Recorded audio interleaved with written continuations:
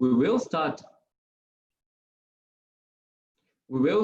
in a few minutes.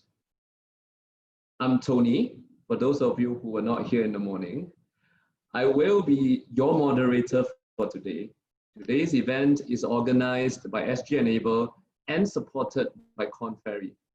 I'm a senior client partner in the Korn Ferry Singapore office. But before we start proper, we just have a few housekeeping briefs. As you are already aware, we are using the Zoom platform. You may notice that all of you, as the participants of the webinar, are muted. This is to prevent any background noise. Let me talk you through some functionalities. Singapore Sign Language Interpreter is provided by Irene. Irene is sharing her video and she is indicated as SGSL Interpreter on Zoom.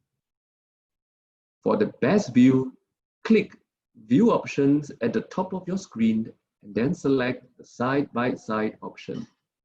This will allow you to view both the live Singapore Sign Language Interpreter and the speakers. You can also adjust the video sizes of both the Singapore Sign Language Interpreter and the speakers by dragging the line divider left or right. Live captioning will also be provided, powered by iMedia. To enable live captions, click on the closed caption function at the top or bottom of your screen. You can also adjust the size of your caption in subtitle settings. You can access a live running script via the link in the chat box. We are welcoming your questions. If you have any questions for the speakers, please submit them through the Q&A function. You can also upvote submitted questions. All event materials and event recording will be shared on the event website. We will also post the event link in the chat box. Keep a lookout for it. Lastly, if you face any technical issue, please feel free to reach out to us via the chat box. Feedback is very important for us, so we are inviting you to share your feedback at the end of this forum. As you already know, this webinar will be recorded.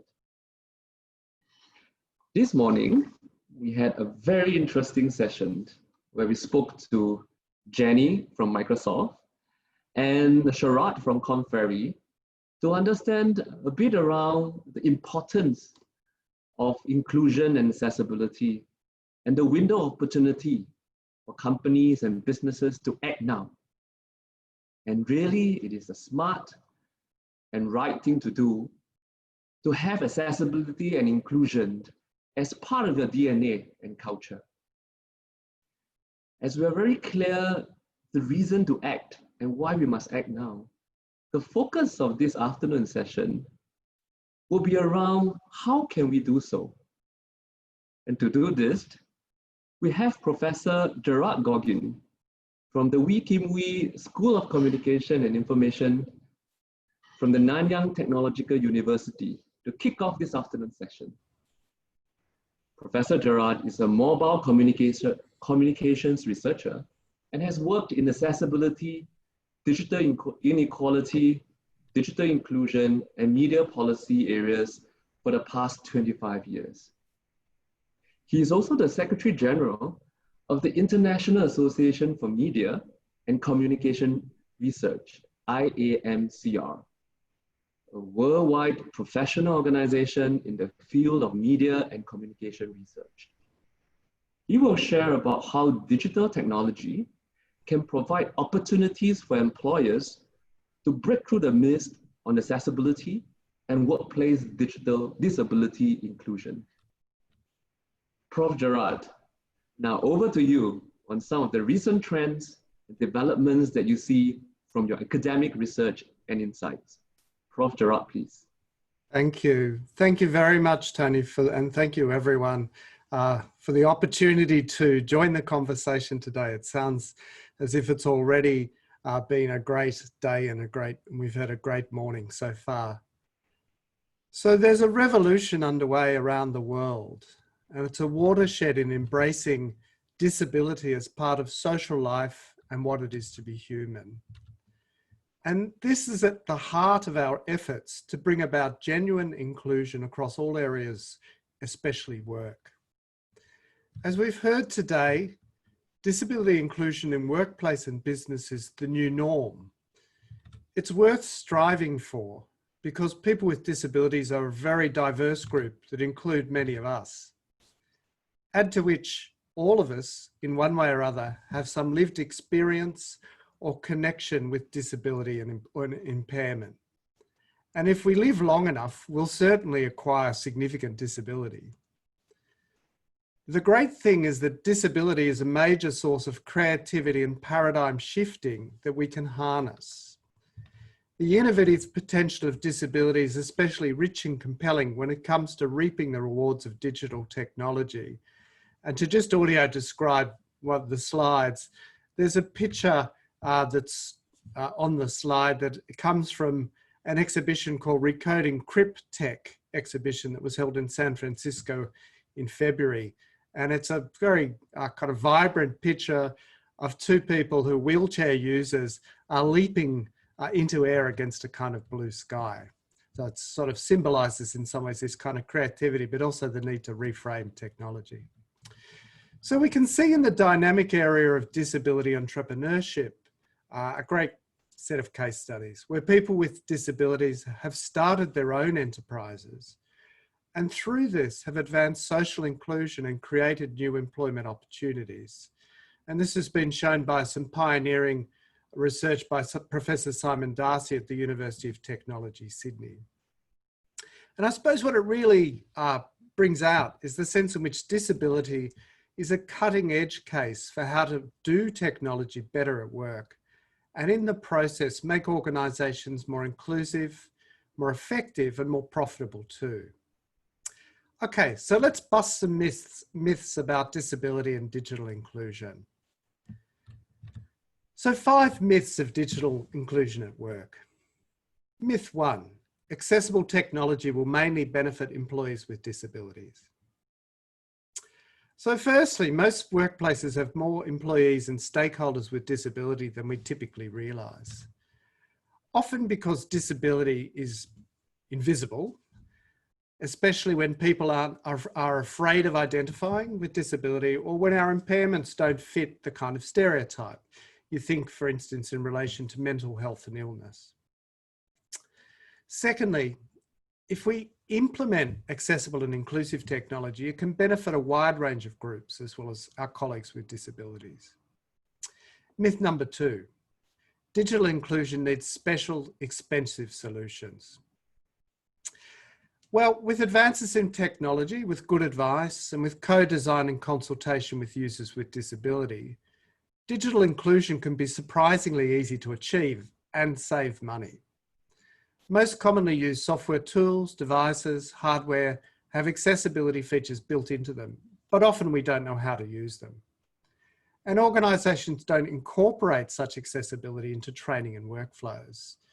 And they don't often reward employees for securing accessibility. So we need to pivot from special and afterthought to standard, to normal, to universal. Dedicated solutions will still be needed, but we can ensure that as much as possible of the core technology and formats are accessible and interoperable. Myth 3, technology is salvation for disability. It'll fix the many problems people with disability face and that the wider society worries about. So we often hear glowing news stories about new technology and how wonderful it'll be for people with disabilities. However, we all know that gaining the promised benefits of technology can involve a long process, and not to mention some hard thinking about the core mission, the values, the processes of an organisation. Leveraging technology for disability inclusion involves the same kind of knowledge, focus and resources and sustained commitment. And sometimes technology won't be the answer, or at least the main answer. Firstly, and along the way, it may be disabling attitudes that need to be transformed. So myth number 4, new technology is more accessible. Well, not always. Unless those designing and implementing technology understand the requirements of everyone, including people with disabilities, and also how to do inclusive design, then accessibility benefits can be lost or they can be overlooked. And what's worse, new technology often brings new kinds of exclusion, bias, and discrimination. So take, for instance, the use of data and machine learning in so-called robo-hiring. This is where businesses can use digital platforms with online video interviews and screening as a tool in recruitment. One problem here is that interviews are often compared to a database of interviews of successful candidates. And this can be a problem, or really is a problem, given that people with disabilities are underrepresented in most workforces. Myth 5. Our organisation shouldn't seriously start on the road to digital inclusion unless we're fully ready. Otherwise, we could make fools of ourselves. It's true that accessibility and digital inclusion should be done as professionally as possible and properly resourced. However, we can always make a start with small tweaks and experimenting because disability can be quite basic. Don't forget also that accessibility is a shared venture. Accessibility is a collaboration among everyone in the room and organisation to adopt an accessibility mindset and develop accessibility practices. I've certainly made many mistakes along the way and continue to do so. But I've also found that if people feel an organisation is serious about making inclusion core to its mission, they're very open to giving feedback and supporting the goal. So this happened to Apple, the technology company we all know. When it launched its famous iPhone in 2008, it was not accessible to blind and vision impaired users. Apple was rightly criticised, but it did change its mobile operating system to incorporate the kind of accessibility to be found in its computers, for instance, and to improve that further. And it ended up winning prizes from the American Foundation of the Blind for its voiceover system and other access features. So what then about the opportunities? There's a groundswell of community, business, and organisations that understand that the historic call for greater diversity and inclusion means it's time for disability to join the party. And I've got a overhead here with an image of the Diverse Abilities Dance Collective in Singapore from a performance about a year or so ago. And I note that they're involved in at least one of the unofficial music videos for the forthcoming Singapore National Day. So more than ever, social and workplace inclusion means digital inclusion. As we've seen from the renewed digitalisation push during the COVID pandemic, there's enhanced participation to be gained. Many people with disabilities have expressed feelings that they've been participating via digital technologies for many years, yet this kind of online participation is not regarded often as okay and normal, perhaps until now. So in our new norm of COVID, there's an opportunity to embrace online participation and fully debug and deliver digital inclusion for all. So here's some action steps. We can start straight away or pick up the pace, as many of here have already been well involved, with some relatively easy action steps. First, make disability inclusion core to diversity policies and practices and earmark digital inclusion in particular. Secondly, collaborate. Invite, embrace, back leadership and participation from people with disabilities in accessibility and disability inclusion strategies. Seize the opportunities to engage with communities, with leaders, with experts from outside our organisations, becoming part of a larger movement for change. Thirdly, consider what kinds of accessibility improvements can be put in place straight away and what need longer term planning and resourcing. Fourthly, understand the roadblocks and the barriers to participation of people with disabilities in your business and how digital accessibility and inclusive design can clear the way. Fifthly, acknowledge the need for long-term commitment to digital inclusion. And the terrific thing about this is that by this long-term commitment, we can capitalise on greenfields opportunities when we're designing new buildings, when we're doing recruitment and retention, when we're doing procurement of things that the organisation needs. Here, accessibility can be built into the foundations of the organisation rather than having to be retrofitted.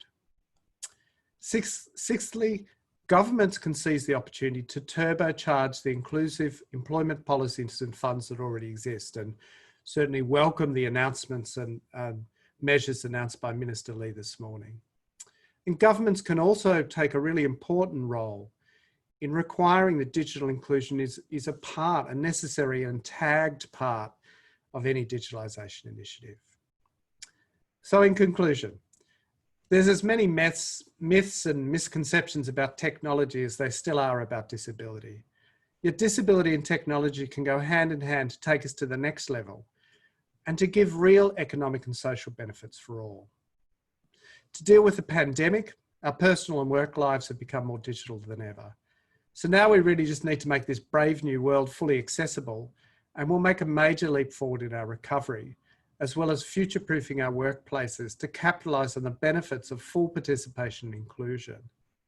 The disability really can be seen as a competitive advantage, not just a matter of compliance or good publicity.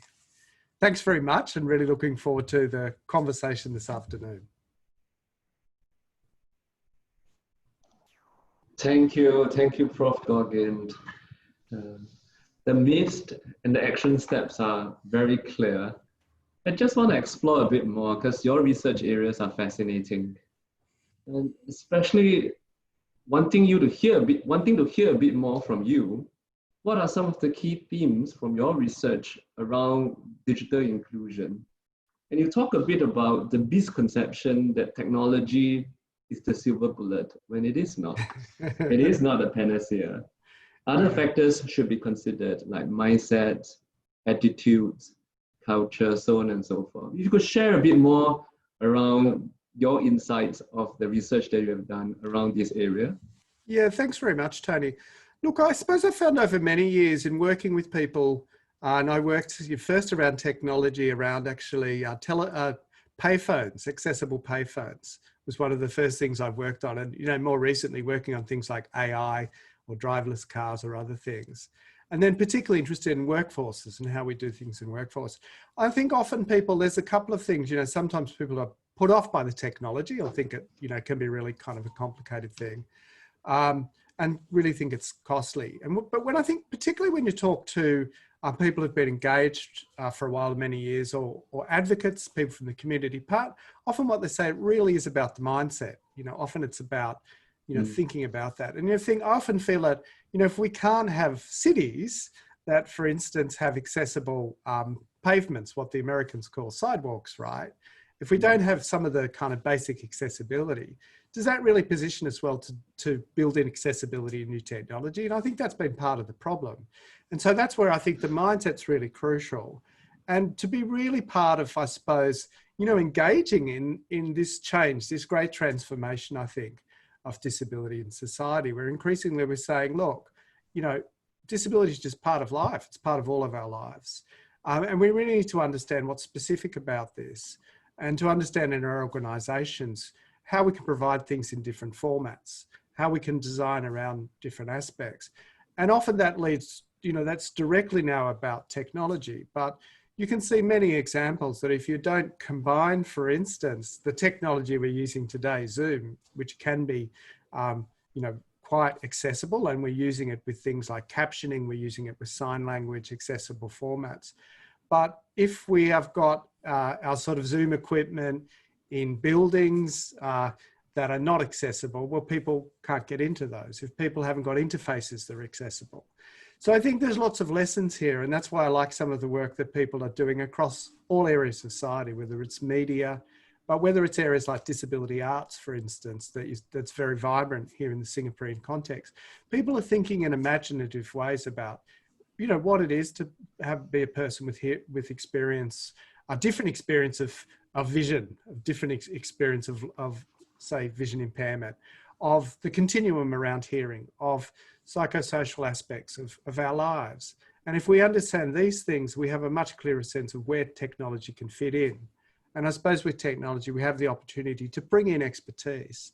The technology is so dynamic. We are needing all the time to do that. And I think increasingly, technology companies and business think, well, great, if we're experimenting with technology, let's experiment and get people into the conversation. Let's really, sort of bounce ideas and possibilities off people so we can kind of, fail quickly, as it were. So that's the kind of philosophy, I suppose, about the mind, what the importance of the mindset. That's helpful, and thanks for that insight. And I think after COVID, companies have been now perhaps forcibly put on the digital transformation path. Previously, they might be less open to, say, adopting digital tools or technology methods. Now they're almost forced to transform quite quickly. And I think to your point around social and workplace inclusion, today have to include digital inclusion.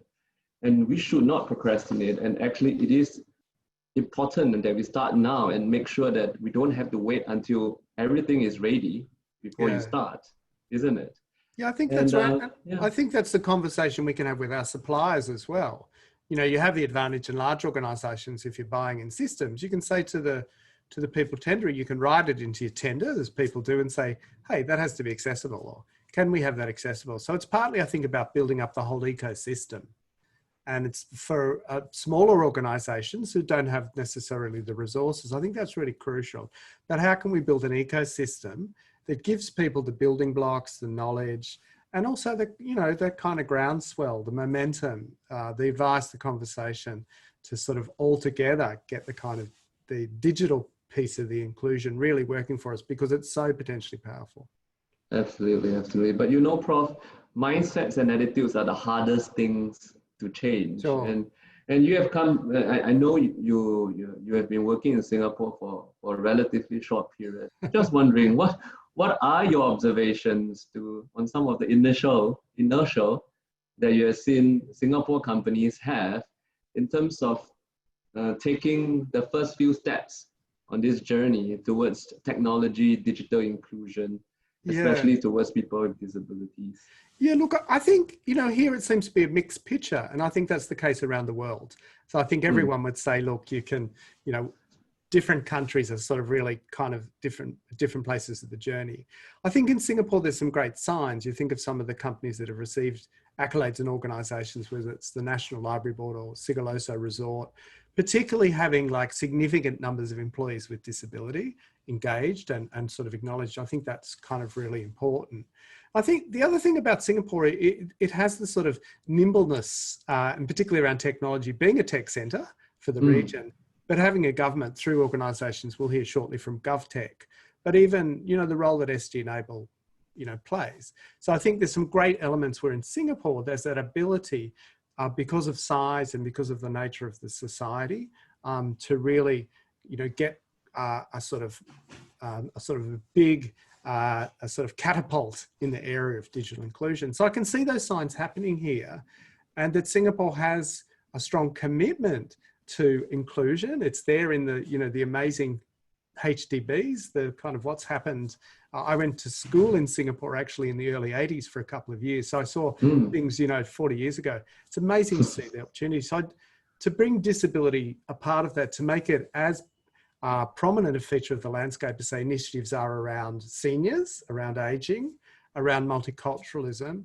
There's just some terrific kind of social and cultural resources that Singapore has, as well as this ability to be in the forefront of thinking about, what does a smart nation look like, right? What does a connected society look like? And one that really is able to take best advantage of all the kind of capacities of the citizens, of the people who live in Singapore. So I think that's what Singapore has. And Singapore also has the ability, I think, to really quickly learn lessons from around the world. It seems to do that really well.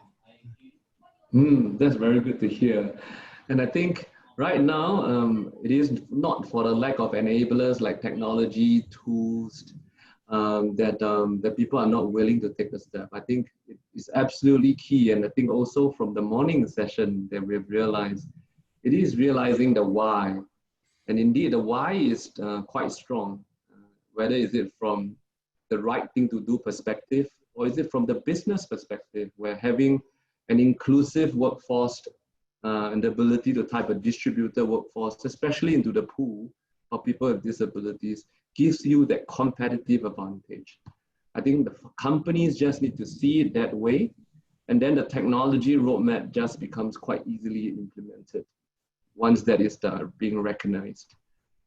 That's very useful. Thanks a lot, Prof. Goggin. So Prof, you have just shared some concrete action steps that every one of us can take. Right now, I actually want to hear from the audience. Let's take a quick poll.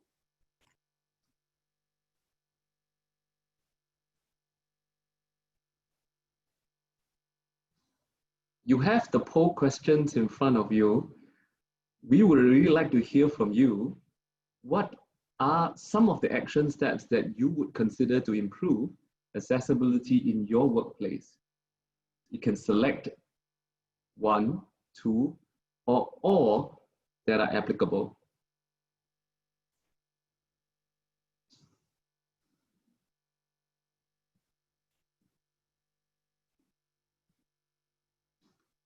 Option one, make disability inclusion core to diversity policy and practices.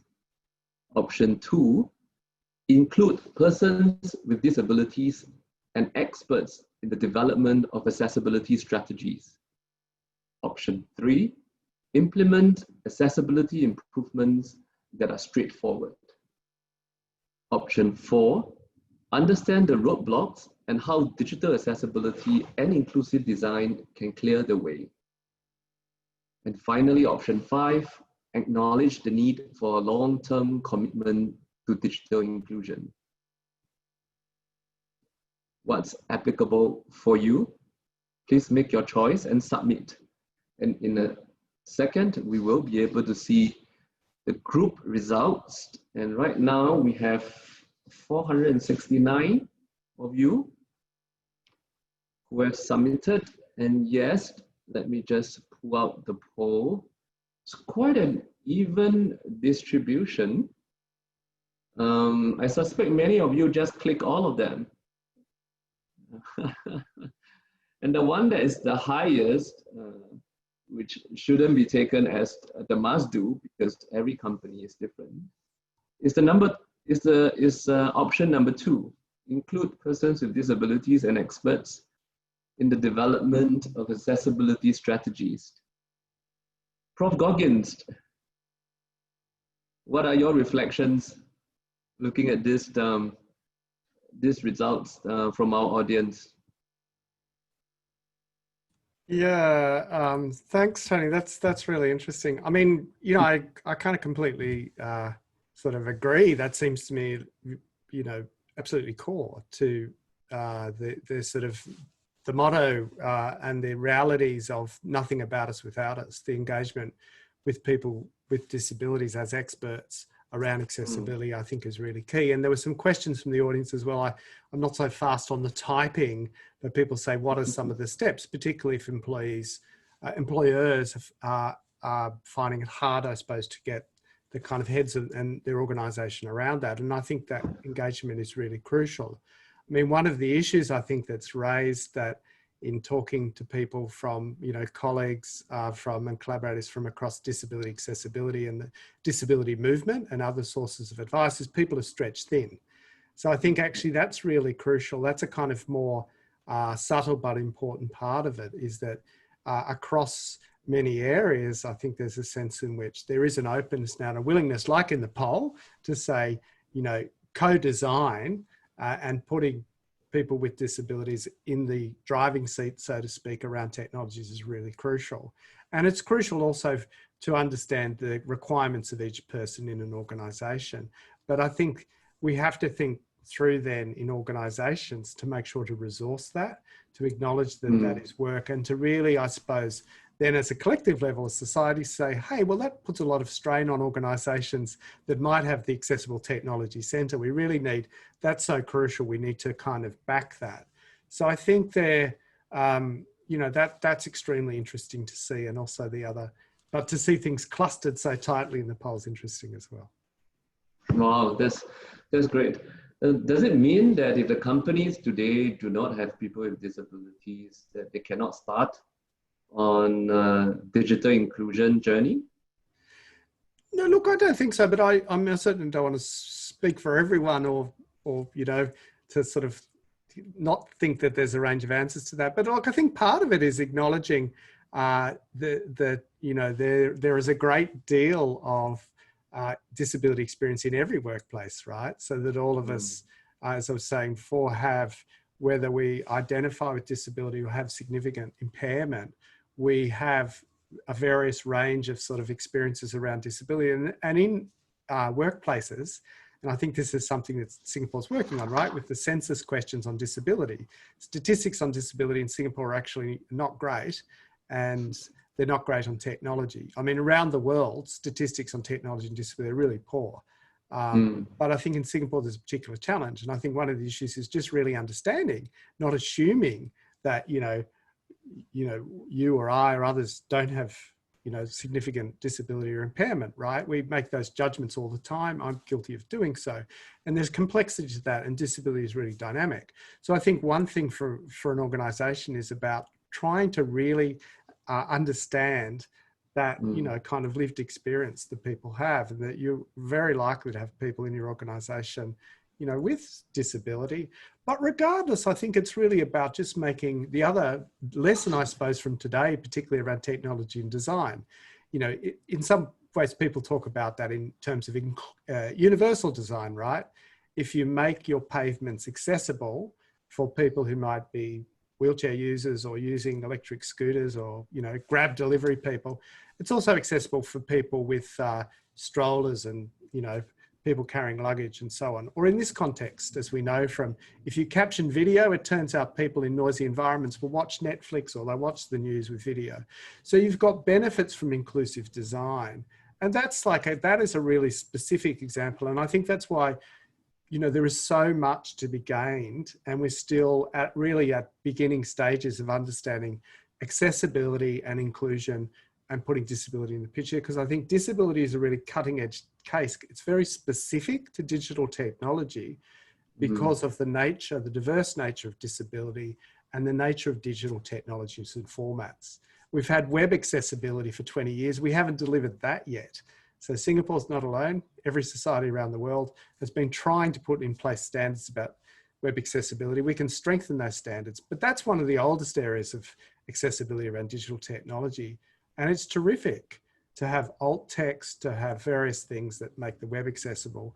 But we've got that to do across digital technology, and that disability and engagement, particularly, with all of us around people with disability, is really a fantastic way to do that. That's fascinating. And what you just said, look, we could go on and on. I want to, I'm just watching time here. This conversation is really fascinating, and it just reinforces your first myth that actually this is for all, not just benefiting people with disabilities, and especially when we look at digital accessibility technologies and solutions.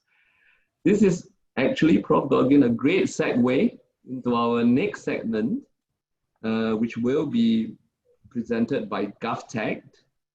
And for those of you who have been with us in the morning, you would be very familiar with the Q&A function, and we have been monitoring that functions, and we know questions are coming in fast and furious.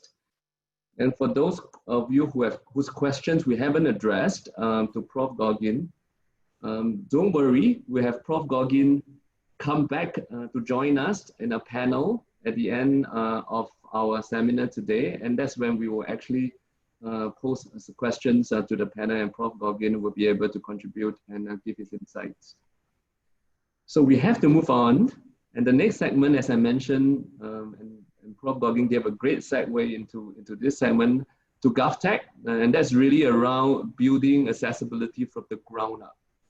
And GovTech will articulate the journey they have in building accessibility from the ground up, from a movement that actually two of the speakers are very much in the center of starting in GovTech.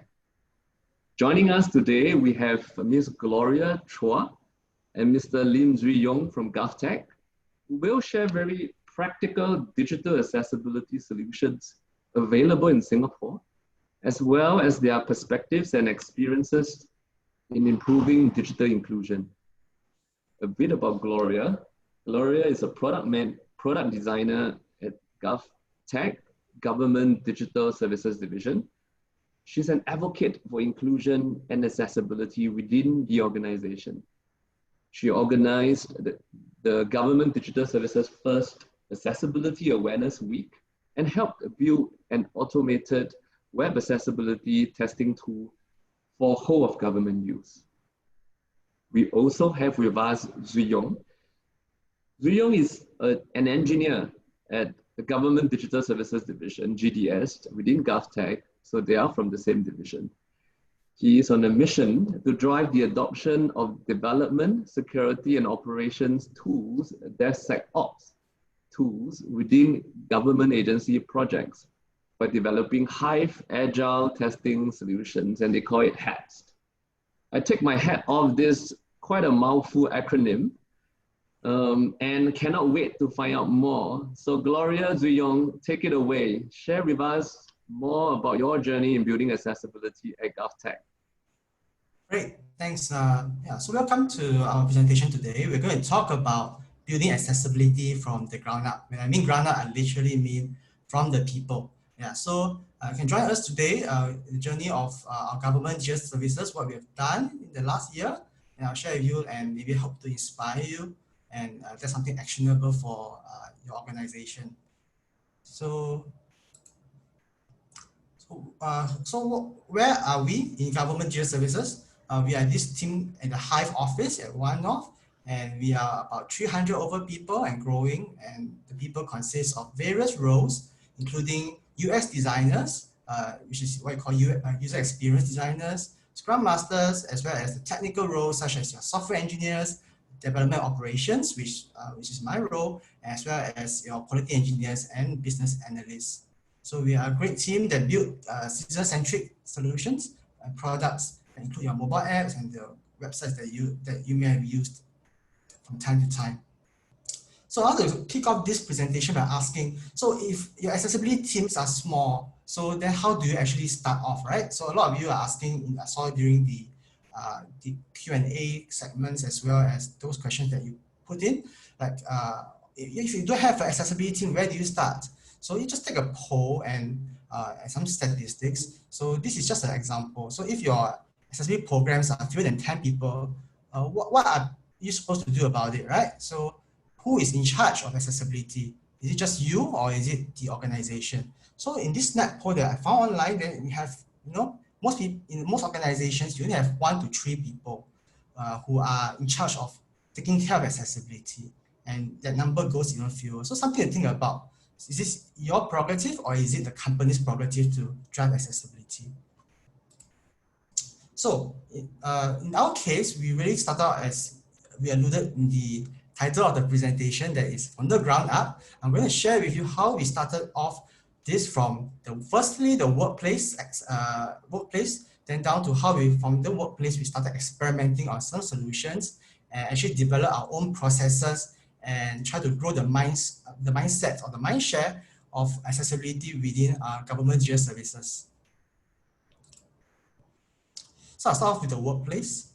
So for those who do not know who I am, I'll just share with you that I have a visual disability, visual impairment. So when I joined GDS, I was given the supporting tools and software to make my life at work much better, such as using high contrast screen reader, as you can see in the photo on the left, as well as physical hardware like monitors and even a standing desk, so that when my colleagues come to me, I can easily share my screen with them, right? So this is like the base level accessibility, the tools that I use at work.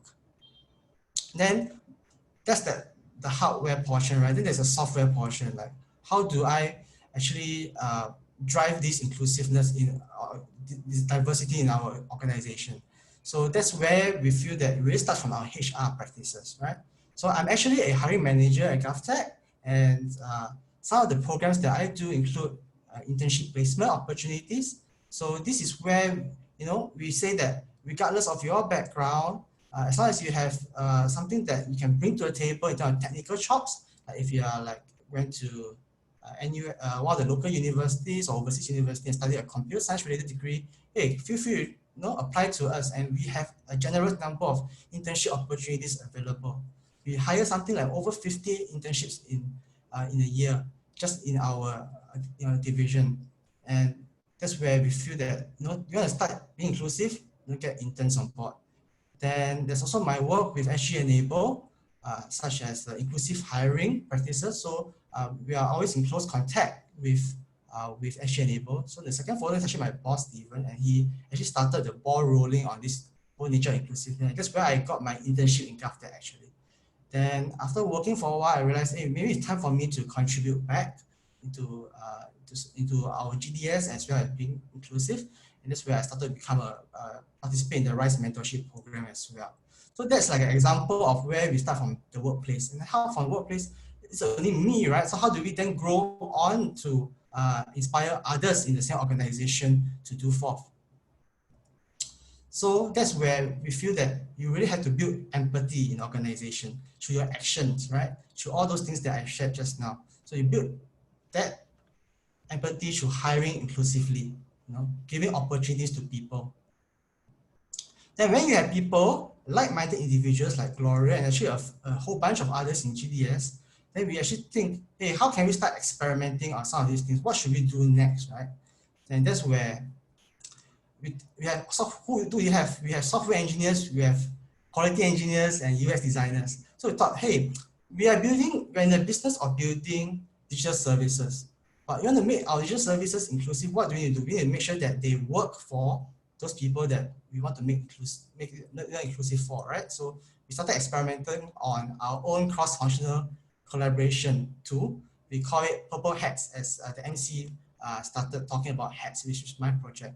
So we started off by experimenting, how can we automate the testing of these tools using automated tools. So I'll show you a video of how that looks like. Once Purple Hats runs through all your entire website, a report with each of the issues found is shown, tailored to those with visual, mobility, or hearing impairment. A link to the WCAG standard is also shown to tell them what this standard implies, like which level of WCAG. The page link is also given and a sample HTML of where the issue was found. The user can then click a help URL, which then brings them to DT University and show them comprehensive information on how to solve this accessibility issue and even sample code. So once the developer fixes the issue, they can mark it as fixed, like so, with your checkbox, and each of the issues then marked as done. So from that, you can see that's where we have built this cross-functional tool that should help to automate the testing of accessibility in our organization of all the products. So I hand over to Gloria for the next segment of this presentation. And from that, we can see that accessibility is actually part of the engineering excellence that we do. So yeah, Gloria, you can take it away. Yes, sounds good.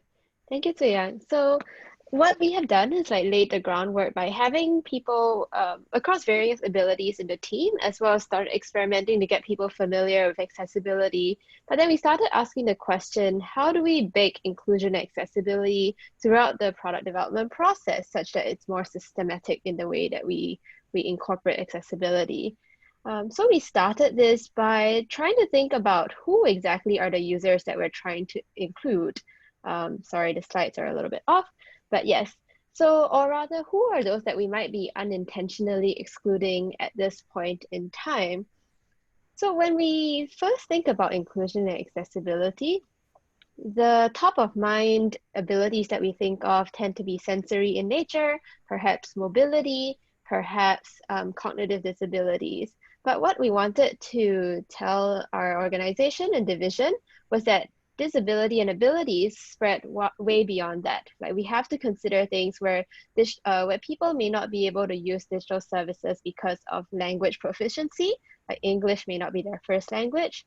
Perhaps things around emotional triggers like states of anxiety, and even things like digital confidence, like not being familiar with how technology works and whatnot, can be also considered a form of exclusion. The benefit of expanding our definition of inclusion and accessibility this way was twofold. One was that it was much easier to make a case to management about why this work was important, because it didn't just affect a tiny group of users. Secondly, also it allowed everyone to sort of empathize, because there are many situations in which we feel these various exclusionary behaviors like for ourselves. And then also, like, we highlighted, like, here are different things that different teams can do throughout the entire development process, all the way from user research at the beginning by ensuring that we include diverse users as we test early ideas, concepts, to development and making sure that web accessibility is built in, to communications where the material that is going out is as explanatory as possible. So from our experience and process, we learned that expanding accessibility is a cross-functional effort. Like, even though accessibility teams might be small, you kind of need to involve everybody in the journey in order to make accessibility really stick. And lastly, the last piece over there, which is the hardest to move, as you guys have mentioned in the Q&A, is the shifting of mindset. So we started to ask ourselves, how might we anchor such mindsets of accessibility in the organizations? And we realized that there were three main key factors. One was around providing resources. So in this case, the resources we had was purple hats that Zui Yang and his team developed. There was understanding. So can people really understand what accessibility is and the best practices there? And motivation. Do people actually feel like they want to work on accessibility? And we thought about how do we build all of these in place, and we decided to launch an Accessibility Awareness Week, the first one that GDS ever had, and it just passed actually a couple of weeks ago. What we did to tap on all those three factors were a few different things. On one level, like, we tried to provide motivation and resources by engaging our community partners in what we call ally conversations. So for example, here we have our friend from SABH showing us how he used government services so that our engineers would know, like, oh, if I code it this way, this is the downstream user impact, and this is why I should actually develop with web accessibility in mind. And we also had ally workshops run by our engineers and designers to teach people best practices. So here, for example, we have Dixon, who is also another software engineer who's visually impaired in our organization, teaching us about semantic HTML. And lastly, we also organized this thing called the Accessibility Egg Hunt, which we used to make accessibility fun.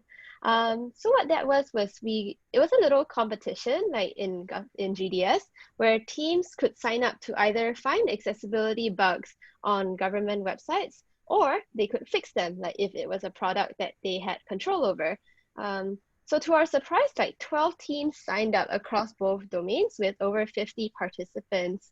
And through the short span of a week, we actually got some significant progress as well, with over 300 bugs reported and 70 fixed.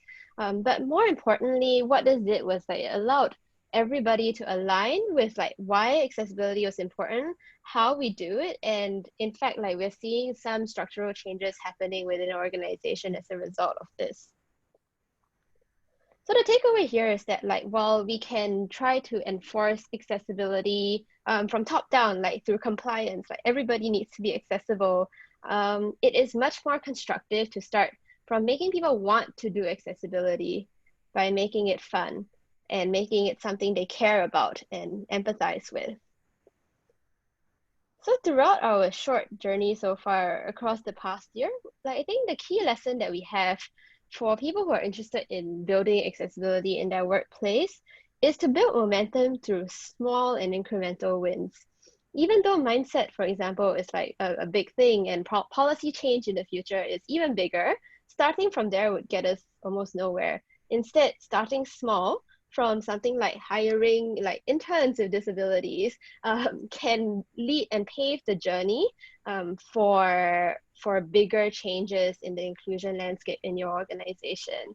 And that's where we're going to end and hand it over to Tony.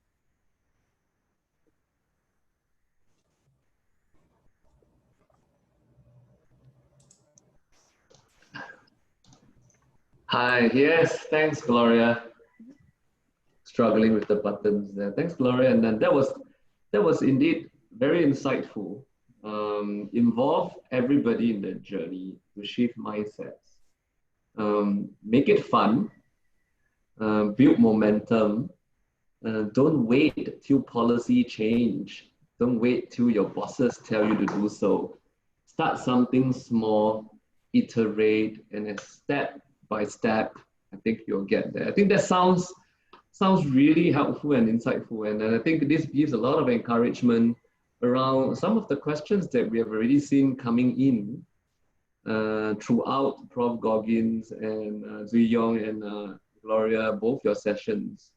And that there seemed to be a bit of, I guess, pessimism and inertia around getting everybody around digital inclusion. We hear that it is good for companies to be inclusive, but how can we get people started? I think that's really what's on the minds of our audience. Maybe as you let that question sit, and I think that would be quite an interesting question to explore during the panel. Maybe let me ask Gloria and Zui Yong a few questions around GDS and GovTech, and maybe from there we can get some insights. So maybe to you, Gloria, first, what made GDS consider inclusive hiring in the first place? Right, great question. I think there are two major factors, right? One is that we are the government, and in a way, setting an example is one thing the organization needs to do. The second thing also is that I think that our management, or at least like the director levels, just now Zui Yang mentioned Stephen, believe that having more diverse employees also means that we can build better and more innovative products in the future. Professor Goggin mentioned inclusive design as well as and having that mindset and a different perspective within the organization can help spur innovation. So I suppose that was the initial drive. I see. Now to you, Zui Yong, what are some of the approaches towards an inclusive workplace at GDS? Is everything bottom up or some of them are top down? So of course, we do have, so it works both ways, bottom up and top down as well. I'll just share about the bottom up. So the bottom up approach is really about what we shared, right, in the presentation. How do you get like-minded people together? So this doesn't come naturally, right? If you just sat there and just do your thing, right, things are probably gonna be the same unless somebody pushes you to do something about it. So that's where I think not just the directors, but the people just below, more importantly, the people just below the directors, right? Your hiring managers and all that have to be aware about these issues, be aware about inclusive hiring, for example, and do something about it, right? And that's where I think people, just to share, we have not just Gloria and I, we have actually more than 15 people who are actually in GDS who are passionate. I mean passionate, they are actively working on the team of accessibility in their own roles, of course. Like if a UX designer, you are actually looking at whether it's the mobile app they are working on accessible. If you're working on a website for some portal that citizens enter information to, is that accessible? So they can be working in their own domain, but collectively, we come together, for accessibility week to do something about this and try to slowly inch our way through and grow this accessibility awareness in the organization. Yeah. So that's where, and you need the director support there, right, to get your resources and whatnot. So it's in both parts. Then I'll just talk a bit about the top-down approach. I call top-down approach would be like your standards and your policies. They are there for a very good reason, so that we make sure that everybody in government, I mean we're talking about public sector here, then will develop services to a certain level of accessibility. But what I'm trying to say is, can we go one step beyond? Can we actually test them regularly, make it part of the iterative process? We are talking about agile development. You're going to do this every 3 months. So are we going to check accessibility only once in 6 months? No, we're going to do it every time we develop, right? So that's where these both modes are completely valid. Yeah, and that's what we're working on. Makes a lot of sense, William. It's really heartening to see both you and Gloria, who are in the middle of the value chain, trying to agitate for change. And at the same time, you are of course part of GDS, part of GovTech. What are some of the benefits that you have seen through this whole change process with this program in particular, but also the wider benefits that you have seen that the organizations or the people around you have experienced by pushing for accessibility and pushing for inclusion? I'm asking this from your personal experience, but a lot of questions also come through our chat box or Q&A box that ask around what are the benefits if we are promoting accessibility and inclusion that an organization can expect to have. What are your personal experience? So I will share a bit. So like Gloria mentioned, we have a software engineer called Dixon in GDS. So we bring him in. He was actually one of our interns before he joined us. And by bringing him in, you actually cause some awareness to the team that is working on. So for example, maybe before him, the team was already doing great work with My Careers Future and all the development work and so on. But when he come on board, then suddenly he will take the effort to look at, hey, maybe let me take a look at accessibility, because he is impacted, right? He's a user of the application as well as he develops. So from there, he actually shift the product owner's mindset to say, hey, maybe we should include some stories and some features that are tailored around accessibility. So this comes from him personally, and with all the communications and negotiation with the product owner and so on, with the team. So I think foremost we should put the people, where the disabled people or the person with disabilities, in the organization first of all, so that they have the skill. Of course, they might have the skill of like software development for our team, and they can actually contribute in that area.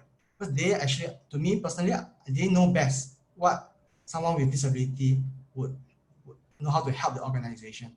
So I think getting them through the door first with the right skills is actually the most important. Yeah. And also beyond getting the right skills in, like also the ultimate goal of GovTech is also to build like good products and services for citizens, right? And focusing on accessibility is completely aligned with that goal of like developing better and higher quality products. So just now Professor Goggin mentioned like accessibility does not only benefit users with disabilities, and we see that happen, right? Like when teams improve issues of color contrast, like everybody benefits, not just those with low vision. We see that when we have screen reader accessibility, like SEO things go up, or you also see that it positions GovTech products in a more future ready mode, where like if one day we move away from a screenless interface, for example, for a SingPass mobile, when we create things and make it screen reader friendly, we make it much easier to adapt to voice interfaces. And that positions us in a way to build better products in the future as well. Makes a lot of sense. Yes, everybody benefits, and I think that's absolutely key to hear. We are fast running out of time, as I was being told on the side. Thanks, Gloria and Ziyong. And right now, we want to move into a larger panel discussion. So don't worry, we will draw you back again. But I would like to invite more people into this conversation.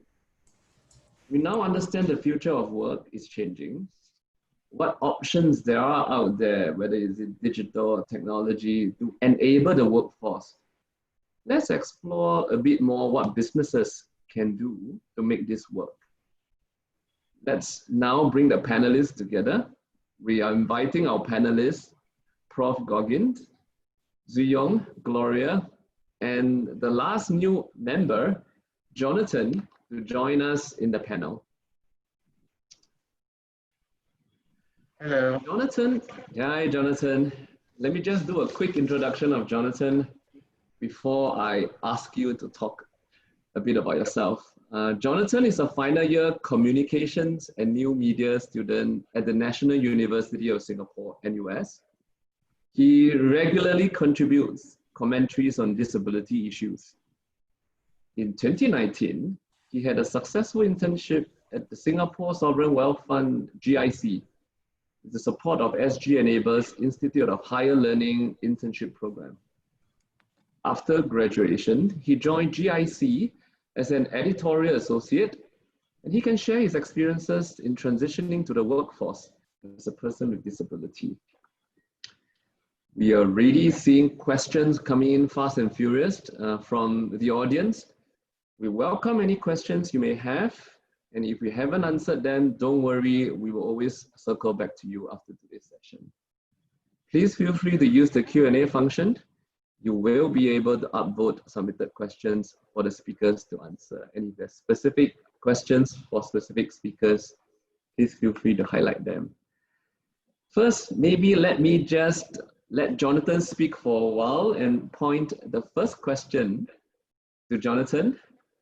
Jonathan, as you are transitioning to the workforce, do you see any opportunities or challenges, also given the current situation of COVID and any new norm forming? Okay, so maybe I'll start off by talking about, given the current pandemic recession that is going on, there are some concerns that PWDs will have as they navigate the job market, right? And I think these concerns are generally the same sort of anxieties that all job seekers and fresh grads will face, but they'll be amplified and exacerbated by the fact that they are disabled. So for example, when it comes to hiring, right, given that it's already a very tough job market, will disabled job seekers be relegated even further to the back of the queue? Or when it comes to retrenchment, will disabled employees who are already being employed, will they be first out the door, right? And I think this very much depends on what the mindset of the employer is. So inclusive employers will evaluate the applications that they receive based on merit, right? And they ignore the fact that the person is disabled or not. But whereas employers who hire the disabled because they are doing a charity or they feel obliged to do it, will find it easier to justify suspending the hiring of the disabled and to get rid of their existing disabled employees the moment the economy goes bad, right? So it's very much a mindset issue, as we've already discussed many times. In terms of opportunities, I think that the remote work is something that has already been highlighted. It has the potential to get more disabled people into employment by removing some logistical barriers. So for example, those who are homebound for various medical reasons, and they will be able to find, they should be able to find, have a better chance of finding work now that, you know, we can work from home and stuff like that.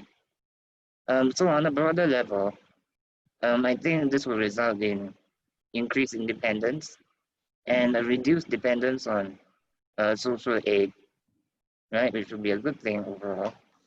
And on an individual level, these individuals who are now able to work, they will have a sense of accomplishment and the ability to afford a better quality of life, you know. So, and disabled people who are already in a job, and given the increased working from home options, they will also benefit, right? Because home is usually the most comfortable place for a disabled person.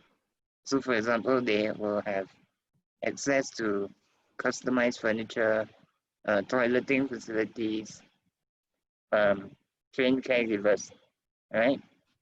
So one effect of this will be that they'll be more productive at work because they can focus better without having to be, distracted by worrying about self-care issues. But I think one challenge that we should highlight, and this is something that I'm always aware of as a student of media and communications, is when disability and the digital divide collide. So problems with access to opportunities might be exacerbated by socio-economic circumstances. Disabled people from poorer backgrounds may face difficulties getting their hands on very basic technical solutions to enable them to work from home. So for example, the affordability of laptops, fiber broadband, subscription to things like MS Office, right? And assistive technology can also be expensive. So the big question is, how do we bridge this gap and bring all these useful tools that have been developed out from the lab and to the people who need it? Yeah. Well, that's quite a somber message at the end. And indeed, with COVID, you do see the divide by socioeconomic status much more starkly now. And what you have just pointed out is for people with disabilities, if you the collision between disability and the digital divide is much more exacerbated. Any reaction, Prof. Goggin? Well, I think on that last point, I mean, Jonathan's absolutely right. I mean, and very sort of eloquently put, I thought, because I think that's been something people have acknowledged for a long while, but not necessarily addressed. And there's a sort of irony of it, in that at a time when the digital technology is becoming more mass market, it's more, you can go to Courts or a store and buy this equipment. And so the accessibility features are there actually across a lot of the technology we use. You don't necessarily have to go and buy the assistive specialized technology you did. But as Jonathan's saying, it can be really expensive, and tech companies are trying to make a profit, and often they keep the price of their latest smartphone up very high. So it's a real problem, I think, but it is one that we really need to focus on. And I think it really, I couldn't agree more. I mean, I think the affordability and the pricing issues are really crucial. But I suppose the good thing is that any investment in accessible and assistive technology and addressing of these issues has so much of a multiplier effect. And I think the other point that Jonathan made is really important is to say, I think I heard you saying that many people with disabilities feel comfortable at home because many of the sports there are customized, right? And so that accentuates for me the importance of taking advantage of what we've learned a bit from COVID, that it's okay to participate remotely, because that's not been okay for people.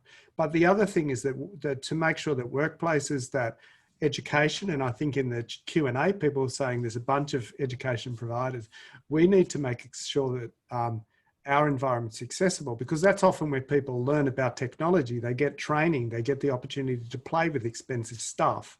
So if people don't have accessible workplaces, education's not filling the gap as we need to do, that's a real problem. But again, relatively small investment, but large return, I think, across the society, but for particular organizations. That's helpful.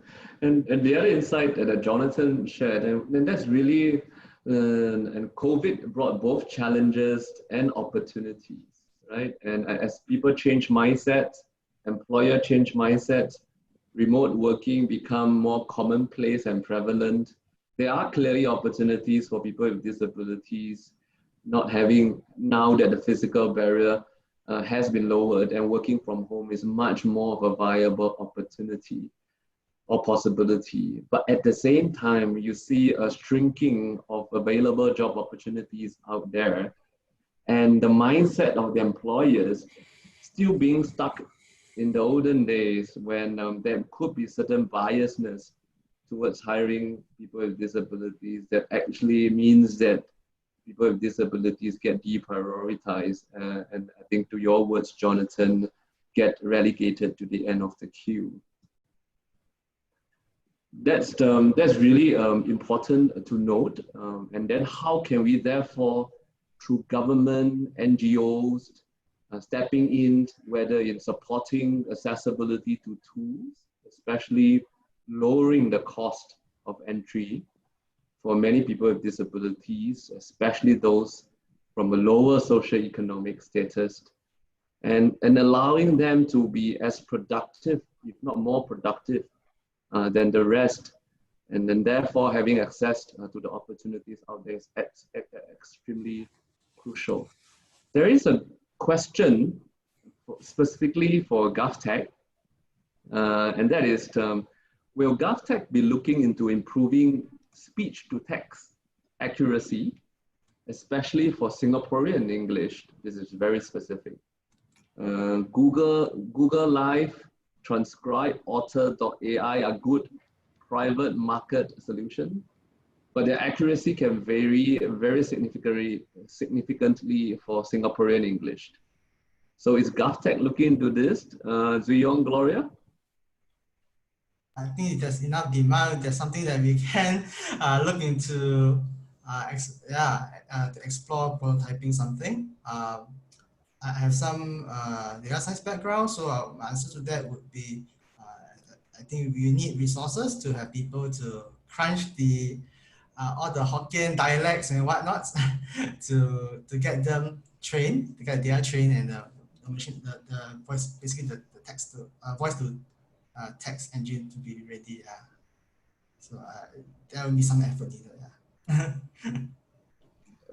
There's a lot of demand. It is the most upvoted question from a conference of 448 participants. So you have your demand business case already done for your bosses. I'm definitely taking a screenshot of this, and we'll bring it back to upstairs and see what they say. The other very interesting question, and I guess this is for everybody in the panel before I bring it back to Jonathan again. There are so many types of disabilities that exist.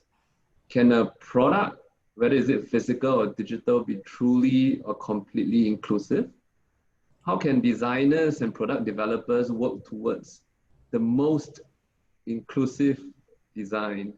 I suppose this is a bit related to nothing about us without us, understanding end user, to what Prof. Goggin and Gloria, you and Zuyong, you have mentioned, but maybe you can add a bit more. How can we think about designing the most complete inclusive product?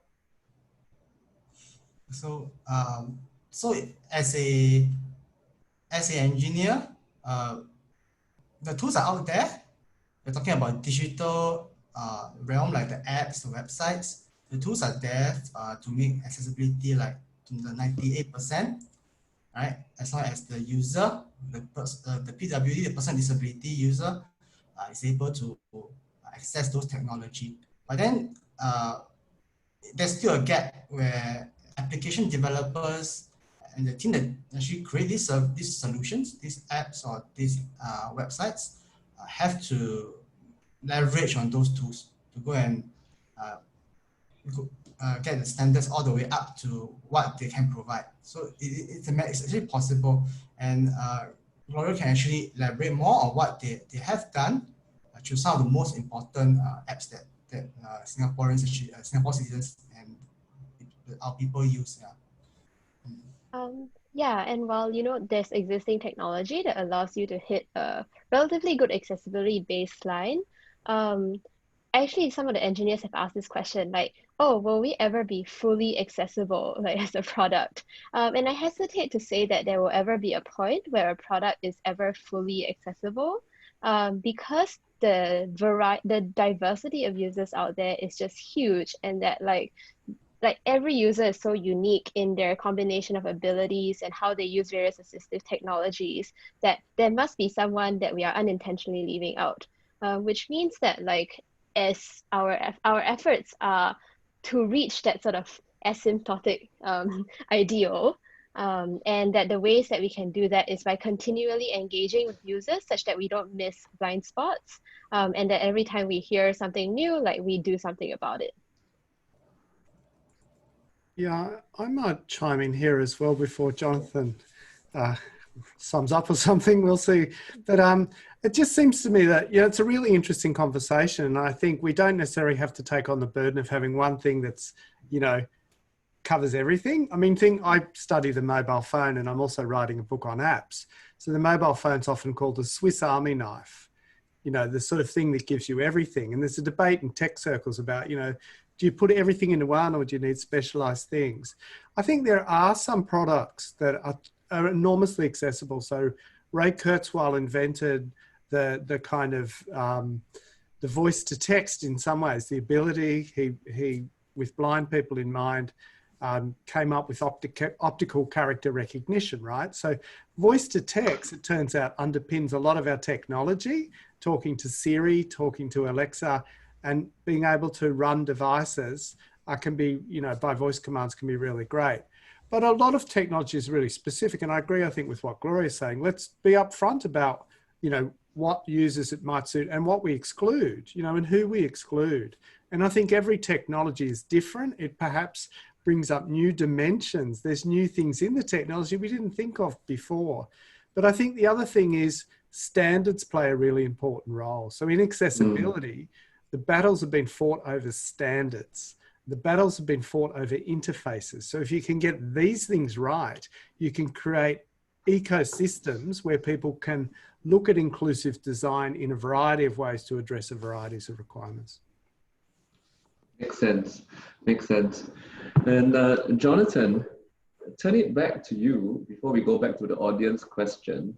As an end user, and having looked at or sat through the presentations from Prof. Goggin, from Gloria, and also Ziyong, looking at what GovTech is doing, and all the energy and effort and resources that goes into tools and technology solutions for accessibility and inclusion.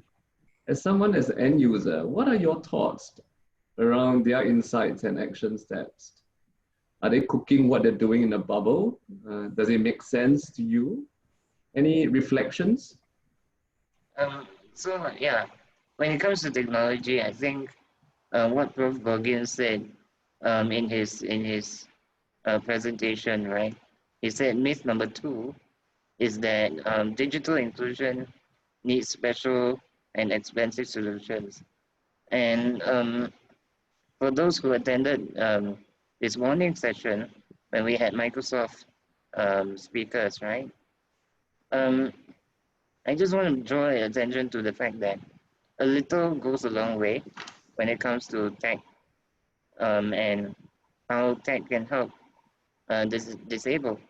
So, for example, my personal experience is that because my hands and arms are too weak to operate a keyboard, so I use a very simple on-screen keyboard app that is built into every Microsoft computer. All right, so it basically allows me to click the letters using a mouse, and all of you can play around with it yourself, right? So if you're on Windows 10, just go to Start, Windows Ease of Access, and it'll be there on screen keyboard, right? So I encourage all of you to play around with it and figure out how it works. And it's actually very simple, but with it, I have written chapters, essays, commentaries, and basically I would say that it is the app that has got me to where I am today, that has enabled me to be successful in school and in my career. So a little goes a long way, and yeah, it doesn't have to be anything fancy, anything expensive. It could be hiding in your very device that you're holding right now. Yeah. Awesome. That's very insightful. And a little goes a long way. It really is a concept that percolates across all sessions that we hear today, whether is it Microsoft, whether is it Prof. Goggin, whether is it even GovTech, when Gloria was sharing about starting small and building a momentum, and now hearing from you Really, it gives a lot of comfort to many of our audience who are asking questions like, how do we start? How do we influence our bosses? How do we get people who, how do we get other employees to actually change their mindsets and attitudes towards people with disabilities without singling and stigmatizing them? I think generally there's a perception that being disabled inclusive is a very costly or a very massive undertaking, but it doesn't have to be, right? As I said, the app that I use is on your computer anyway, so there's really not much that needs to be done. Yeah. Yeah, we just had a comment, very inspiring and uplifting. I think the audience is very, very, very heartened to hear this from you. It really doesn't take a lot. Maybe I will ask each one of you sum up and maybe leave us with some last thoughts. As you think about it, maybe let me share some of the insights that we have gathered throughout today's session, and so that you can take some time to reflect about what are some of your last thoughts that you want to leave with our audience today. To me, these sessions has been wonderfully fruitful, and there are really very few, really very key actionable steps that you can take, or attitudes that you can adopt, a mindset you can undertake towards inclusion and accessibility. In Microsoft this morning, we heard that accessibility is a responsibility. It's also an opportunity. So therefore, it's not just the right thing to do, but it's also the smart and business savvy thing to do. We've just heard, just start small, build momentum. It doesn't need to be expensive.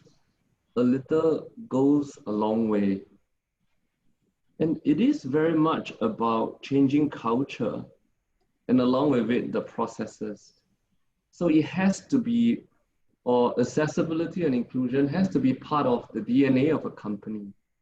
It has to be the core for it to be sustainable. And therefore, you almost have to take a very business attitude and mindset to manage and track it. It cannot be an afterthought. You have to manage it like a business. The future of work is now. With COVID, this hasn't been more clear that the digital revolution and transformation has to take place now. And that gives opportunities for companies to manage a distributed workforce. Remote working will be here to stay, and that gives opportunities for people with disabilities, because the barriers, the physical barriers now have come down for them. Social and workplace inclusion is digital inclusion. And I think we have to take a hard look at digital inclusion solutions and technologies that help enable that. It is part and parcel of the whole jigsaw. Nothing about us without us. Involve people with disabilities, to understand the end user needs before you start designing solutions and products for them. It needs to work for them. Involving everybody in the journey also help shift mindsets. Make it fun. Build momentum. It will benefit everybody, not just those with disabilities. And finally, what is very insightful, and this came from Prof. Goggin, we all will develop some form of disability as we grow old. So indeed, it is in our interest to own this and drive this forward. I think these are some of the insights I've gleaned from the sessions that we have today. Maybe I would like to ask Prof. Goggin to start the ball rolling by sharing with us your last thoughts with the audience. Well, Tony, you've made it a bit easy because you gave a great summary there. And I think the conversation got to a great place in terms of particularly what Jonathan was saying towards the end about, you know, you can start with small steps and there's some good resources. I suppose one of my reflections is that I do think to support all that, we need to probably do a bit of work collectively to build an ecosystem. That there's some work about different organisations need to get together, policymakers, to make a stronger ecosystem. And I think that can help. Just looking at some of the questions from the Q&A, people have natural questions. I think that, you know, that work's not there, the kind of scaffolding, the information, but particularly the ecosystem that's to support it. So that's what I would add to what's already a great summary. Zuyong? So yeah, so like what we have presented today, I think, and what's discussed, it's quite important that everyone takes some steps, right? I think you're all already, I mean, the people who are already in the audience here are really interested. So I would dare you guys to take that small step to, you know, try to do something about it, try to prototype something, and maybe even talk to your managers about this. And I think it just takes that one small step to start the ball rolling. Yeah. And I also Great. think, yeah, I think that it's also important that if you have organization leaders here, that they hear us and like what our prof mentioned, you know, try to have more concerted effort in terms of the policy making or actual things that we can do. Last thoughts, Gloria? Yeah, I mean, again, small steps, great point. I think another step is to the point of ecosystem. There are a bunch of community partners. I see some of you guys in the audience, like I personally am super grateful for them for providing the insight and the resources.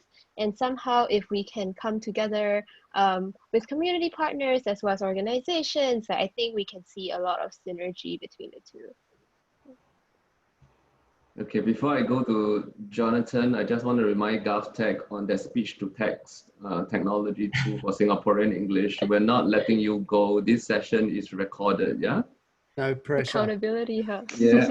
And Jonathan, finally, from any last thoughts you want to leave with us? Right. So I think to follow on from GovTech's experience, right, where Zuyong and Gloria actually built their organizations accessibility initiatives from the ground up. I would like to concretize this by telling about how GIC's disability inclusion initiative actually started. So actually, even though GIC is quite a big organization, its disability inclusion initiatives is actually still in its early stages, right? And it actually started only a couple of years ago when the HR director had lunch with a friend who has two sons with autism, and they were having trouble finding and keeping their jobs. And so he heard from this friend about her problems, and he reflected as the HR director in a rather large company that, you know, he felt a responsibility to make change. And so he put together a very small working group, right, all volunteers, and they actually got the initiative off the ground. So it's called the Differently Abled at GIC initiative, right? So this just goes to show that what we've already said is that you start off small, and one person is enough to kickstart a big change. And I think to date, GIC has had many mentees under the RISE mentorship program by SG Enable, and also hired quite a few disabled interns as well.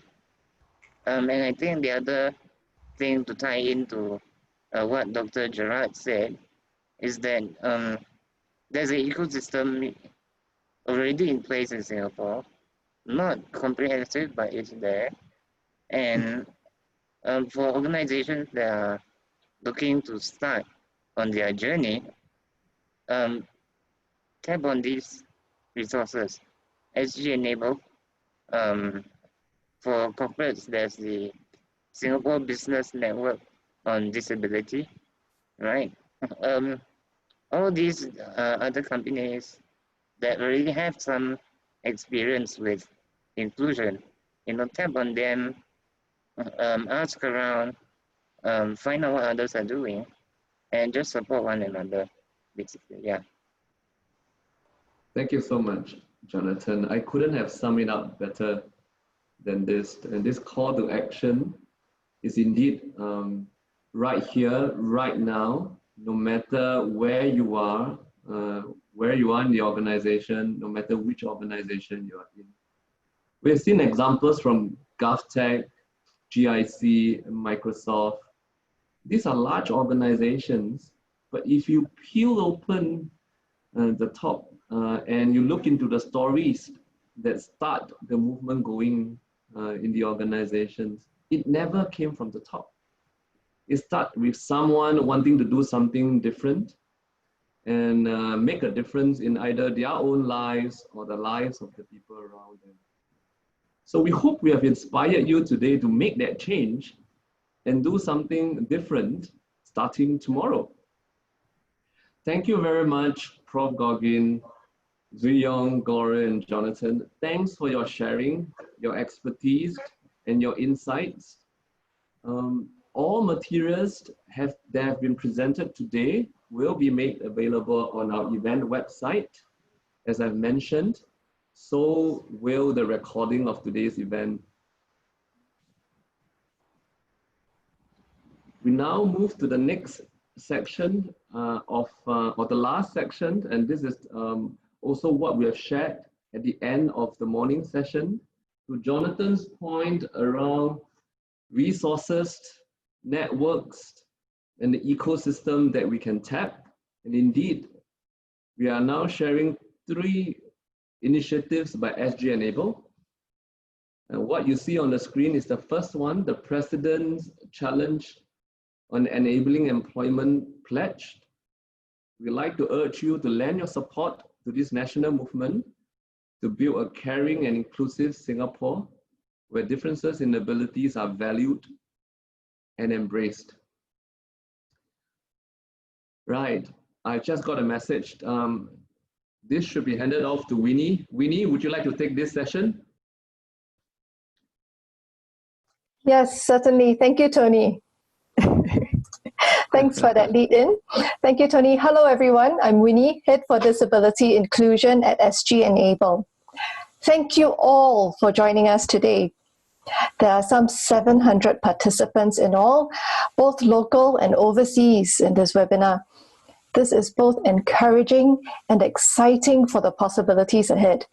We certainly hope you've had a fruitful session with insights and inspiration to advance workplace disability inclusion in the new norm.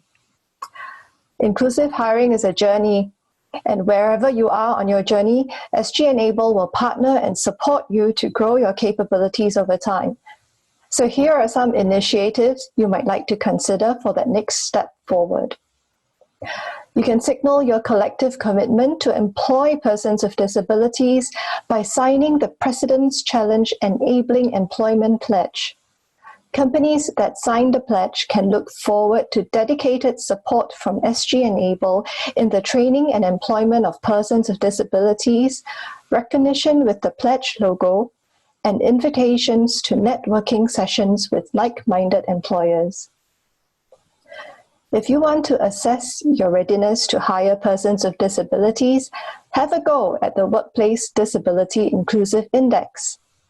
It is a complimentary online tool that helps you to identify areas for improvement in 6 key categories: recruitment and hiring, diversity and inclusion, accessibility and accommodation, career development and retention, benefits and compensation, metrics and analytics.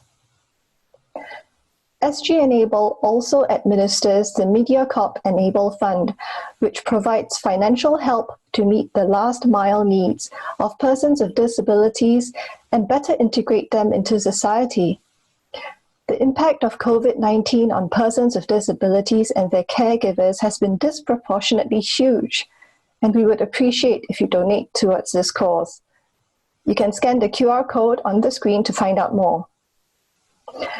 If you did not manage to catch the previous QR codes, or you'd like to find out more about the initiatives, the details can also be found in the last few pages of the program booklet on the Inclusive Business Forum 2020 event webpage. Simply get connected with us to stay in touch. Finally, we would very much appreciate that you take a moment to share your feedback with us. Your feedback will help us improve in not only for the next Inclusive Business Forum, but our other efforts in promoting disability inclusion as well. The QR code is on the screen now. Once again, thank you everyone for joining us today. We look forward to journeying together to advance workplace disability inclusion.